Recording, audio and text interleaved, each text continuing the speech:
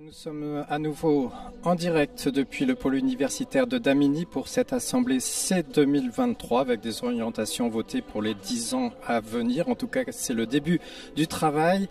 Et puis on profite d'avoir quelques minutes de libre pour être en compagnie de Frère Thomas qui est père abbé de la Trappe, de l'abbaye de la Trappe à Soligny-la-Trappe dans le Perche, pour faire un petit coup de pub, Frère Thomas, pour un spectacle qui se déroule dimanche des Rameaux, dimanche 2 avril.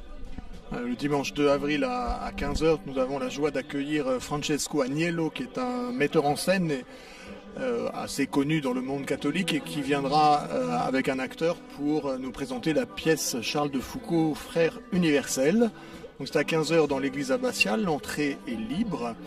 Et pour entrer dans la Semaine Sainte, c'est de proposer cette figure du père de Charles de Foucault qui nous invite à cette fraternité universelle qu'appelle de ses voeux aussi le pape François. Un petit mot quand même sur Charles de Foucault, puisque vous le connaissez bien. Alors Charles de Foucault, oui, on le connaît bien parce que dans sa vie, il a été trappiste pendant un temps. Un homme épris de l'essentiel, un homme épris d'une certaine forme de radicalité et qui a découvert à travers son exploration du Maroc et ensuite la mission qu'il s'est donnée au milieu des Touaregs en Algérie et des Berbères, de cette mission à la fois de rencontre et puis d'alphabétisation à travers son dictionnaire de Touareg. Donc une mission à la fois d'église et de culture. Personnellement, qu'est-ce qui vous plaît davantage dans cette figure importante, spirituelle pour notre temps ?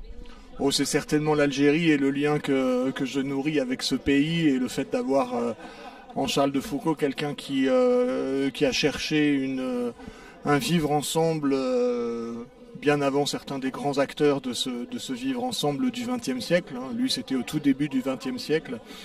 Et puis certainement aussi une forme de radicalité dans son choix de vie et de se dire que là où il était, il portait le Christ dans son Eucharistie, parce que la messe avait une importance capitale pour lui.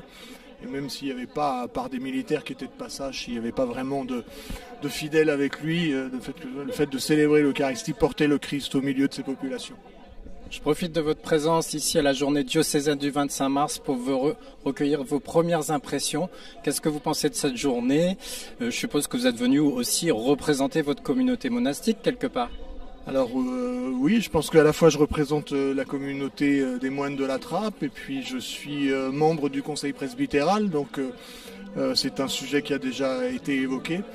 On n'est qu'à la mi-journée, alors donner mes impressions c'est difficile. Ce qui m'impressionne c'est la moyenne d'âge des participants et de voir qu'il y a beaucoup de jeunes dans l'assistance et que on veut leur donner leur place, toute leur place.